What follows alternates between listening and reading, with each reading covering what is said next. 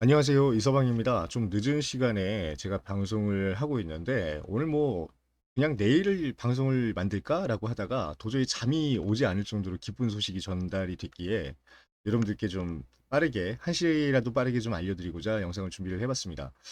두산 에너빌리티 입장, 그리고 한전 KPS, 대우건설 등등 우리나라 굵직한 기업들이 뭉쳐서 원팀이 된 그 원전 관련 프로젝트가 드디어 성공적으로 선정이 됐다는 소식이 들려왔습니다. 현지 시각으로 뭐 언제 터졌는지 모르겠지만 우리나라는 이제 오후 시간대 저희 이제 다 퇴근하고 맥주 한잔 하고 있는 시간대에 이제 갑작스럽게 AP통신 이제 얘기가 나오면서 우선 협상 대상자로 체코 원전 우선 협상 대상자로 이제 팀 코리아가 선정이 됐다라는 뉴스가 속보로 전해져 왔고요. 참 대단하네요, 진짜로. 탈원전 5년을 버티고 그다음에 무수한 인력들이 빠져나갔고 그 사이에 이 원전 관련된 제작 기계라든가 뭐 많은 자재들이 헐값에 거의 뭐 폐기 처분되다시피 해서 원전 생태계가 무너졌다라고 했었는데 그럼에도 불구하고 체코 정부 그리고 전력공사는 팀 코리아의 기술을 믿고 이쪽에 우선 협상 대상자로 최종 선정을 해줬다라는 얘기가 됐습니다. 이거는 진짜로 오랜 기간 우리가 숙련 됐다라고 인정받았던 기술력이 없었다면 결코 일어날 수 없었던 일이라고 저는 생각을 하고요. 기술력만 있다고 모든 이 국가의 어떤 정책 관련한 중차대한 문제에 함부로 선정이 될 수는 없다라고 저는 생각을 합니다. 기술력 인정받은 다음에 뭡니까? 신뢰가 굉장히 중요하다라는 점 다시 한번 진짜 뼈저리게 이번 입찰 경쟁에서 얼마만큼 중요한 내용으로 작용을 하는지 진짜 크게 느낀 바가 많은 이런 사건인 것 같습니다. 자, 체코 원전은 이제 2 플러스 2로 계획이 되어 있습니다. 먼저 두 기를 먼저 이제 설계를 하고 준공을 이제 착공을 합니다. 그리고 이걸 짓는 와중에 필요시에 두 기를 추가하는 계약으로 이어질 걸로 보이는데 자, 24조 원 잭팟이라고 그러잖아요. 우리가 이제 예전에 기사를 보면은 체코 원전 규모는 30조 원 수준이다라고 했는데 24조 원으로 축소된 것 같아서 실망하시는 분들이 계실 것 같아요. 자, 총 4기 중에 2기에 들어가는 비용만 24조 원이다. 그러면 2기를 짓고 나서 이게 괜찮다. 이 공기가 이제 진행 중에 있는 과정을 봤을 때 충분히 신뢰할 만하다라고 하면은 2기를 추가로 짓습니다. 자, 이럴 때 자연스럽게 우선 협상 대상자로 재선정할 수 있는 조항을 이번 계약서에 넣어놨기 때문에 팀 코리아는 원전 2기에 대한 어떤 구체적인 설계 진행이라든가 착공에 들어간 순간부터 나머지 2기에 대한 설계도 같이 병행하면서 진행할 가능성이 거의 99% 이상이 됐다라고 생각을 하시면 되고요. 이렇게 됐을 경우 체코 정부로부터 우리가 수주를 받는 원전 금액은 얼마냐? 48조 원에 육박을 한다. 네, 요거를 기억을 하셨으면 좋겠습니다. 어, 뭐 승패는 명확하게 갈린 상황인데 이제 체코 입장에서는 뭔가 브리핑을 해야 될 거 아니에요. 자, 제가 이전 영상에서 말씀드렸던 그 두 가지가 다 걸렸습니다. 네, 우선은 인건비, 그다음에 우리나라에서 조달해 갈 만한 자재비 관련한 내용이 나왔습니다. 자, 뭐라고 했느냐?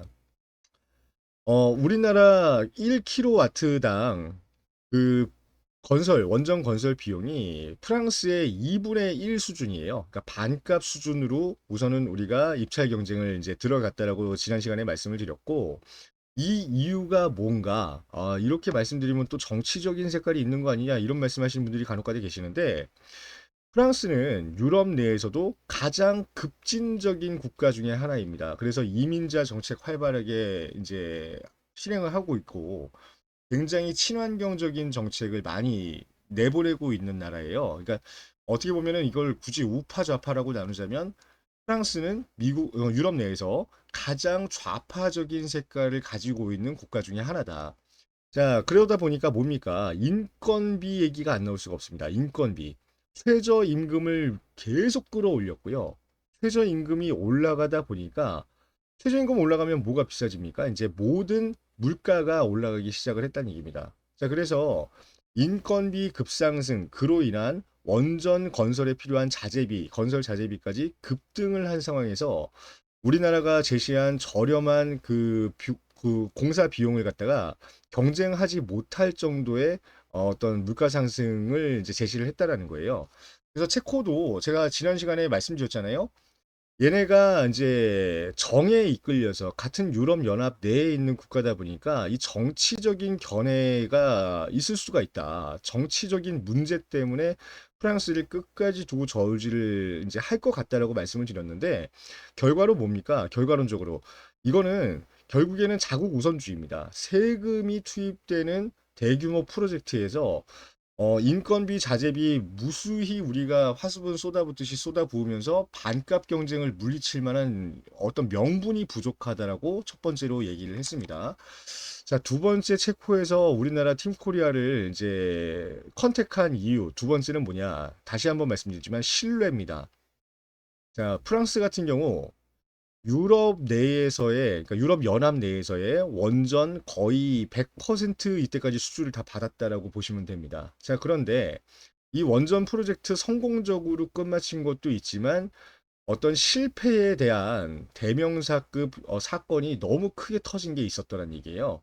자, 얼마 전에 있었던 이제 핀란드 원전 공사에서 공사 기일을 무려 13년 정도 지연을 시킨 경우가 생겼습니다. 그래서 제가 이것도 언지를 했었는데 한 7조 원 정도의 손해 금액이 피해 금액이 이제 발생을 했다. 자, 체코는 그렇게 부강한 나라가 아닙니다. 동유럽에 있는 나라고 동유럽에 있는 국가들이 이제 개발도상국으로 다들 이제 인정을 받고 있긴 하지만 우선은 지금 경제적인 기반을 차근차근 다져가고 있는 아직도 그런 국가 중에 하나라고 보셔야 되고, 친환경 에너지 어떤 에너지원에 유럽연합을 공급을 하는 입장으로서 체코에 이제 원전을 짓겠다라고 하는 프로젝트, 그래서 서방에서 지원금을 많이 받기로 이제 이렇게 예정이 돼 있는 나라가 체코라고 보셔야 돼요. 자, 체코 같은 경우는 세금을 함부로 운영할 수가 없잖아요. 사실은 이게 뭐 복지 차원의 문제도 있고, 이거 아무리 프랑스가 우방국이고 친한 나라라고 해도 뭐 몇십 조 원에 달하는 세금을 갖다가 만약에 공사 기간 10년 지연이 또 돼버리면은 이거는 정부 차원에서도 국민분들께 돌이킬 수 없는 어떤 비난을 받을 수밖에 없다라는 거를 이제 인지를 한 것 같습니다. 자, 우리나라 같은 경우 15년 전에 샘플이 마지막으로 남아 있었는데 어디였냐? 아랍에미레이트였습니다. 자, 아랍에미레이트와 원전 계약을 맺었고 거기가 어떤 지대입니까? 두바이 딱 보시면 아시겠지만 거기 이제 인공 도시로 만들어진 거잖아요. 원래 저 아랍에미레이트는 사막입니다. 전체 토지의 한 90%가 사막이에요. 자, 사막의 무더위 그리고 그 모래밭에 그 공사를 하겠다라고 했을 때 그 난관이 엄청 많았을 텐데 그런 돌발 어떤 상황에도 불구하고 팀 코리아 예전 한수원을 비롯한 나머지 이제 우리 두산 에너빌리티 같은 그룹들이 공기를 하루도 늦추지 않고 정확하게 맞춘 그 기술을 갖다가 굉장히 신뢰를 하고 있다라고 브리핑에서 또 말을 했습니다. 자, 우리나라 1등이 뭐 원전 기술은 1등이다, 1등이다 맨날 얘기를 하지만 특유의 어떤 기업가 정신 그리고 특유의 우리 뭐 한민족 정신이라고 하나요? 뭐 회복이나 했어? 정주영 회장이 유명한 얘기했지만 자, 그런 악바리 같은 근성, 그리고 공기를 어떻게든 맞추겠다라는 진짜 쥐어짜기 프로젝트의 끝판왕의 모습을 아랍에미레이트에서 성공적으로 보여주면서 이때 15년 전 전례를 가지고 체코 이 정부에서는 이거 신뢰하기로 했다. 이렇게까지 얘기를 하면서 우선 우선협상 대상자가 됐다. 굉장한 쾌거입니다. 네, 이게 왜 굉장한 쾌거고 두산 에너빌리티가 이제 박정원 회장도 살았고요. 참 진짜로 네, 이제 박정원 회장을 참 응원하면 안 되는데 박정원 회장도 살고 두산 에너빌리티도 살고 그다음에 K 원전도 살았다. 세 가지 모두가 다 잘 됐으니까 뭐 다 좋은 거다라고 할 만한 내용이 오늘 나왔다라고 말씀을 한번 드려보겠습니다. 자, 이게 이제 왜 중요한 얘기냐를 잠깐 간단하게 좀 예를 들어서 말씀을 드려볼게요. 자, 유럽연합이라는 거는 애초에 그냥 각 국가들의 연합입니다. 그러니까 개별 국가들의 연합이라고 보시면 돼요. 근데 이렇게 말씀을 드리면은 뭐 너무 당연한 얘기하는 거 아니야? 뭐 이렇게 생각하신단 말이에요. 자, 그런데 이런 유럽연합이 이 따라가고자 하는 롤 모델이 있습니다. 여러분들 이거는 뭐 생각을 많이 해보시겠지만 이걸 어디라고 비교할까요? 미국이에요, 미국. 자, 미국도 50개 주가 대륙에 있잖아요. 50개 주. 그리고 하와이가 한 개가 따로 떨어져 있잖아요. 그래서 이 50개 주를 갖다가 뭐라고 하느냐? 이게 50개 주가 각각의 어떤 개별성을 가진 국가라고 취급을 하는 거예요. 여러분들 이거 이해하십니까? 연방 자치는 뭐냐면 미국이라는 이 중앙 집권 당이 있고 그 대통령이 있고 이 50개 주의 주지사가 각각 그 도지사급인데 이 사람들이 자치령을 내립니다. 그러니까 이 사람들이 그 주의 대통령들이에요. 이거 이해를 하시겠죠? 자, 50개 주의 연합이라서 유나이티드 스테이츠 오브 아메리카라고 하는 겁니다. 그래서 50개 주마다 법이 다 다릅니다. 법이 다 달라요. 그래서 세금도 다르고, 그렇죠? 여러분들 이건 다 아실 거예요. 어떤 주는 사형제가 없고, 어떤 주는 사형제가 있고, 어떤 주는 낙태죄가 있고, 어떤 주는 낙태죄가 없고, 이렇습니다.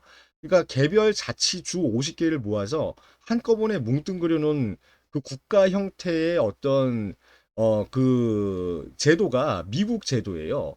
자, 유럽은 뭡니까? 이탈리아, 프랑스, 뭐 덴마크, 스웨덴, 노르웨이, 영국은 이제 이탈을 했지만 유럽은 뭐냐면 각 국가가 똘똘 뭉쳐가지고 우리도 연방자치제를 한번 해보자라고 만든 게 EU 연합입니다. 네, 그러니까 이거를 비유를 하면은 아마 좀 편하게 이해를 하실 수가 있을 것 같아요. 자, 근데 이거를 이제 우리나라가 얼마나 대단한 일을 한 거냐라고 이제 말씀을 한번 드려보겠습니다. 그러니까 이거가 향후에 유럽 내의 원전 수주를 우리가 추가로 당연히 수주를 받을 수 있다라는 가능성이 이제 보이는 거거든요. 자, 이걸 예를 들면 어떤 거냐면 미국이라는 나라가 이렇게 있어요. 미국이라는 나라가 있는데 이 밑에 보면 텍사스 주가 있습니다. 텍사스. 네.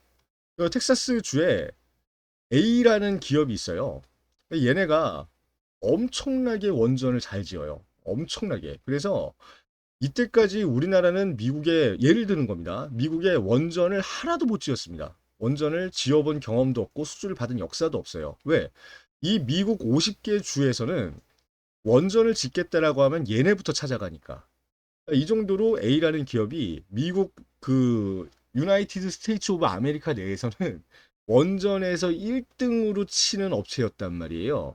자, 그래서 이런 상황이 계속됐고 우리는 도전해봤자 어차피 얘네 연합 안에서 수주를 주는 게 너무 일상적인 일이었기 때문에 우리나라가 아무리 저가로 경쟁을 한다고 해도 쟤네 정치적인 어떤 이해관계를 이길 수 있을까? 왜냐하면 쟤네는 같은 나라잖아. 우리는 멀리 있는 나라고. 그것 때문에 제가 마지막에 찍은 최근 영상에서도 요런 문제 때문에 아마 2주 정도가 더 걸리는 것 같다. 그러면 우리한테는 불리한 얘기다라고 말씀을 드렸을 거예요. 자, 그런데 지금 어떤 상황이냐면 이게 오른쪽에 있는 워싱턴 주라는 데가 있어요. 워싱턴 주. 저 워싱턴 주에서 우리 원전 지을 건데 이거 세금은 한 48조 원 정도 들어갈 것 같고 총합해서 자, 어디 거를 골라 써야 될까라고 이제 입찰을 준 겁니다. 자, 그랬더니 바다 건너서 우리나라 팀 코리아가 왔어요. 그리고 텍사스는 이때까지 미국 내에 한 30개의 원전을 이미 지은 경력이 있는 업체인데 얘네랑 우리나라랑 싸운 겁니다. 그러니까 미국 이 워싱턴 주가 텍사스에 있는 그러니까 다른 주긴 하지만 같은 나라잖아요. 텍사스에 있는 기업에 뭐 미국 우리 연합 내에서 맨날 원전을 짓는 거를 알고 있어요. 알고 있는데 그럼에도 불구하고 주 세금을 어떻게 합리적으로 활용을 할까? 뭐 현명한 결정을 한번 해보자고 했던 거겠죠. 자, 한국에서 날아온 외지인하고 협상을 같이 진행을 한 겁니다. 그래서 경쟁을 붙여놨더니 결과적으로 봤을 때 텍사스 A 기업은 결함이라는 게 이전에 한번 있었고 이 생판 얼굴도 모르던 팀 코리아 같은 경우는 얘네가 뭐 사우디아라비아 같은 데 가지고 원전 지은 것만 알지. 나는 잘 모르는 애들인데 얘네가 훨씬 더 신뢰감이 높았다라는 얘기입니다. 자, 그러면 보세요. 처음으로 워싱턴주에서 미국 연합에서 워싱턴주에 균열이 생긴 거죠. 균열이 생긴 겁니다. 그리고 이런 용기 있는 결단을 내린 워싱턴 주지사는 이 주 시민들에게 주민들에게 굉장한 아마 칭송을 받을 거예요. 왜 우리 세금 아껴가지고 원전 잘 지으면 장땡이잖아요. 자, 그러다 보니 이런 선례가 이제 남기는 건 뭡니까? 앞으로 원전을 짓는 만약에 경우가 생긴다고 하면 우리도 이제는 합리적인 결정을 할 수 있구나. 정치적인 목적을 배제하고 합리적인 결정을 하면서도 우리가 프랑스 눈치 보지 않고 한국과 계약해도 무방하다라는 거 선례를 만들었다는 얘기입니다. 자, 그래서 굉장히 제가 오늘 있었던 이 체코에서 이제 용기 있는 결단이라고까지 얘기하거든요. 체코에서 우리나라 한수원을 비롯한 팀 코리아를 선정한 거, 우선합상 대상자로 선정한 거는 정치적인 이해관계, 그리고 같은 연합이라는 어떤 그 덩어리를 빠져나와서 개별 국가로서의 합리적인 결정 용기 있게 했다라고 판단이 되기 때문에 더 대단하다고 생각을 하는 거고요. 자, 이 체코의 결정이 이제는 향후 원전을 지으려고 계획 중인 동유럽 여러 국가에 굉장히 큰 어떤 선례로 남을 수 있다라는 게 더 큰 겁니다. 그러니까 여러분들이 이게 시작점이라고 보셔야 되기 때문에 중요하다는 얘기예요. 자, 체코를 교두보로 자, 보시죠. 폴란드, 네덜란드, 루마니아 등이래요. 제가 알기로 동유럽, 서유럽 할 거 없이 지금 뭐라고 했습니까? 얼마 전에 있었던, 얼마 전도 아니죠. 작년부터 꾸준히 얘기가 나왔었는데, 탈탄소 중립 관련한 어떤 그 유럽 내부에 강경책들이 계속 쏟아져 나오고 있잖아요. 자, 2030년까지, 그죠? 원전을 지금의 3배 가까이 늘리는 프로젝트를 진행한다. 자, 2050년까지 되면은 원전을 지금의 뭐 10배 가까이 짓는 프로젝트를 진행을 한다. 이게 유럽 연합을 넘어서서 전 세계적으로 약속이 된 사항으로 우선은 구두 약속이긴 하지만 진행 중에 있다란 말이에요. 자, 그 중에서 가장 콧대가 높고 가장 자기네들이 우월한 정책을 펼치고 있다라고 생각하는 유럽연합은 이런 원전 프로젝트를 통해서 탄소 배출량을 급격하게 줄이고자 제일 먼저 앞장서게끔 보여주기식의 행정을 많이 하고 있단 말입니다. 자, 그 중에 첫 번째 타자가 체코였어요. 체코였고 그 이후로도 폴란드, 네덜란드, 루마니아, 뭐 어디 우크라이나 전쟁 끝나면 또 짓고 또 짓고 또 짓고 계속 짓는다는 얘기예요. 자, 그런데 첫 번째 타자 체코가 한국을 선정한 거예요. 왜? 훨씬 가격이 싸고 공기 정확하게 맞추고 이거 원전 맡기고 이게 짓고만 나서 끝나는 게 아니잖아요. 나중에 유지 보수, 그렇죠? 유지 보수, 그다음에 뭐 저기 AS 막 이런 것까지 15년에서 20년 가까이를 우리 쪽에 이제 그 용역을 주는 거기 때문에 이 정도 믿음이 어느 정도 확고하게 들지 않으면 절대적으로 이 나라 세금을 함부로 쓸 수 없는 부분입니다. 자, 그래서 이 15년에서 20년 프로젝트의 어떤 대단원의 서막을 갖다가 체코가 한국을 결정했다는 얘기는 뭐 폴란드, 네덜란드, 루마니아 등등이 우리나라를 무조건 선정한다고 얘기 말씀드리는 게 아니에요. 그나마 이제는 뭐다? 공정한 경쟁이 앞으로 유럽 연합 내에서 원전 수주 입찰이 들어간다라고 하면 이제는 해볼 만한 상황까지 갔다는 얘기입니다. 그러면 체코 한 군데 업체에 한 군데 나라에서 우리나라에 수주 그 내기를 준 게 48조 원이라고 했잖아요. 자, 나머지 국가들의 총합을 이제 생각을 해보면 30기가 추가가 될 걸로 보이거든요. 자, 이 중에서 15기 정도 프랑스랑 반띵을 하거나, 그쵸? 혹은 10기 정도, 뭐 웨스팅하우스가 또 들어올 수도 있으니까. 근데 중국 기업은 또 배제하겠다고 난리치고 있고. 자, 이렇게 됐을 때 우리가 향후에 또 추가적인 발주를 받아서 공장을 지을 수 있는 이 총 금액적인 캐파가 얼마가 될 건지 여러분들 기대를 하셔도 좋다는 얘기입니다. 4기에 48조 원이에요. 한 기에 12조입니다. 이게 지금 시기니까 그렇지. 이게 시간이 지나면 지날수록 또 인플레이션이 발생하면서 화폐 가치가 낮아지겠죠. 지금 기준으로 봐도 120조 원, 3분의 1 수주를 받았다고 했을 때 120조 원의 먹거리가 남아 있다라는 얘기입니다. 그리고 총 30기를 다 우리가 수주를 받을 가능성이 얼마나 될지 모르겠지만 지금 시장 전반의 캐파는 360조 원이 기다리고 있다는 얘기예요. 어디서만? 유럽에서만요. 근데 유럽의 360조 원 시장을 우리가 이때까지는 거의 접근을 못하고 있던 상황이었죠. 15년 동안 해외 수주를 못 받았으니까.